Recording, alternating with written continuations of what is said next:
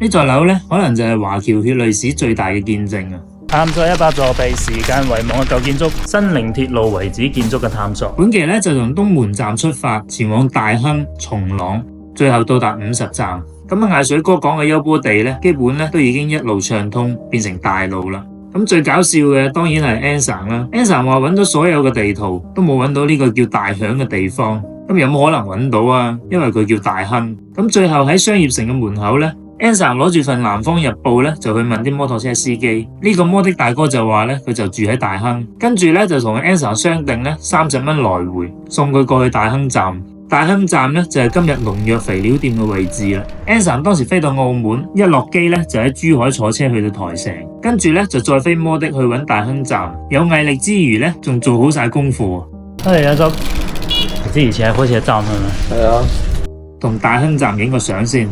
大坑站隔籬嘅墟市咧，仲保留2排幾有特色嘅騎樓。呢啲騎樓完全就係100幾年前嘅形態啊！嗱，咁有生活氣息嘅騎樓咧，依家真係唔多啦。依家去睇呢啲騎樓咧，都覺得好壯觀啊！想當年你話幾咁犀利啊？由大坑站出發去到松朗站咧，大概係2.5公里。艾水哥話咧，當時問一個老坑，松朗火車站喺邊啊？呢個老坑咧，仲帶艾水哥入去學校睇火車站嘅位置，所以松朗火車站咧就喺松朗小學嘅位置啦。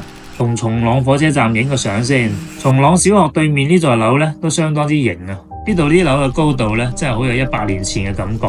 沿住鄉路行2公里左右咧，就會經過一條河。艾水哥話咧，以前啲火車咧都係靠呢啲木便橋過河嘅。過咗河大概700米左右咧，就到咗呢棟樓嘅位置啦。華僑血淚史嘅見證，黃泉坊堂。50火車站嘅位置咧，就喺黃泉坊堂前邊嘅位置。1931年，因為聽講火車路咧就起到屋企門口，長期喺國外謀生嘅黃泉坊就決定咧變賣外國嘅資產，帶住全副身家翻嚟發展。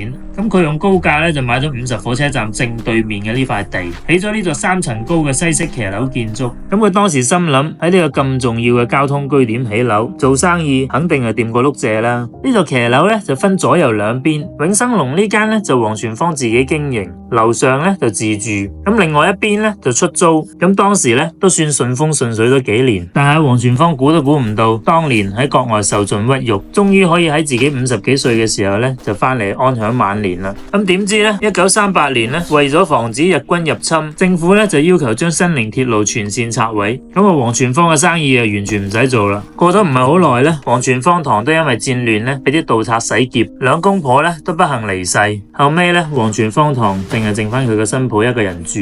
咁再後尾咧個新抱咧就出咗國，間屋就一直閒置咗啦。解放之後咧，黃泉坊堂咧就交咗俾佢個侄黃奕祥嘅大伯打理，但係因為間屋咧早就俾啲賊偷晒啦，家具啦、家私啦，連門窗上邊嘅鐵條咧都偷走晒啦。所以後尾咧黃奕祥嘅大伯咧仲想將間屋拆咗佢，用翻本身嘅磚頭咧重新起間屋。咁最終咧唔知咩原因咧呢件事就不了了之啦。2014年咧黃泉坊嘅新抱咧其實仲在世嘅，估計咧當時係80幾歲，但係呢幾十年來咧佢都冇翻過嚟。或者再過幾年咧，黃泉坊堂咧就會完全倒塌啦。黃泉坊嘅夢想咧喺時代嘅洪流中咧，淨係留低一聲嘆息。